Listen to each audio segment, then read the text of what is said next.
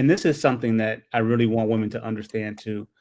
When women are going through their special, time every month, whenever they're going through menopause, whenever they're going through their biological changes, most men, not all, but the vast majority of men give an accommodation for that. They understand that this is something that women struggle with, something that their nieces, their daughters, and their mothers struggle with. They understand there's a hormone and you know, there's a limitation that comes with that. I don't think that women are as forgiving when it comes to male hormones and when men have a biological urge for sex. Men have sometimes 10, 15 times more testosterone than women, which creates a very strong urge for sex. But that desire, that hormone, and the chemicals that cause that, they're demonized. Men need to get more control of themselves. They need to be, and of course, there's a self-control component that comes with that. But more than anything, I think that women give men less grace when it comes to their biological needs, especially in a marriage where he has an expectation that some of those will be fulfilled. Any thoughts on that, Nikisha? And then we'll pass it around. I mean, that's new knowledge to me. I definitely hear what you're saying, and it makes sense. I can see how that can make sense, and I appreciate your comment. I consider that. Interesting. And that brings me to the next topic here. Has feminism downplayed men's sexual needs in a marriage, or is less sex a necessary correction for couples? Make men, have the same sex drive as women, and we can fix this whole thing, or has there been a lack of a consideration that men are chemically designed differently? Corey, you want to jump on that first, then we can pass it to Faith and then Pops.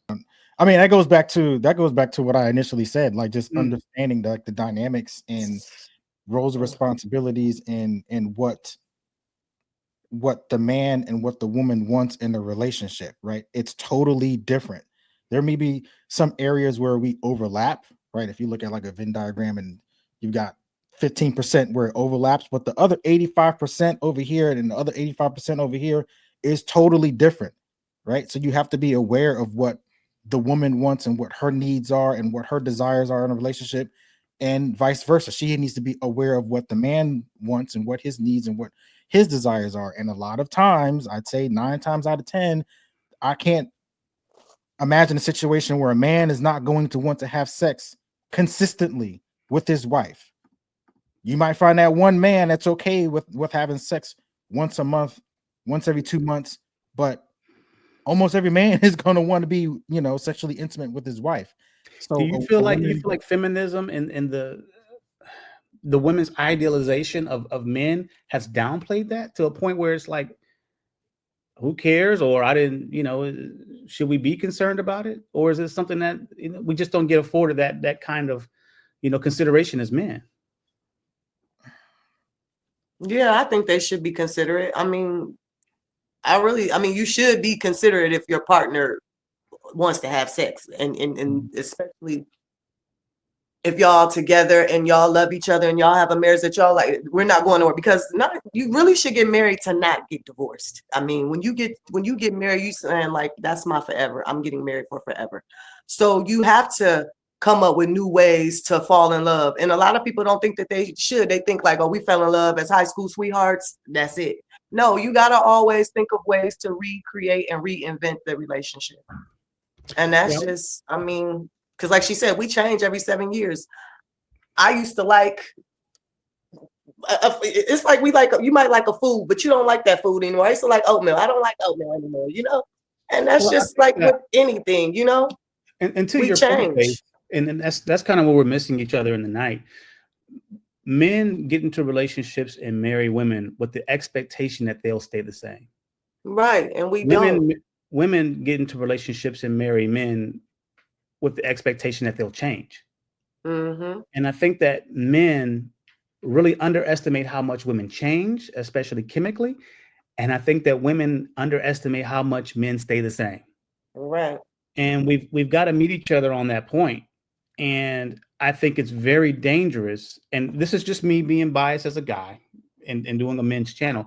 I think that men are more in tune to how women's algorithm is than women are to men.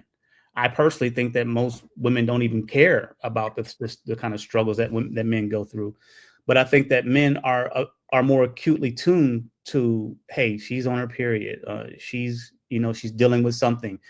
She's not having, and men kind of step back and we try, even though it may be very clumsy, we kind of, but women are like, you're just being horny. You're all over me. I don't think that's just me.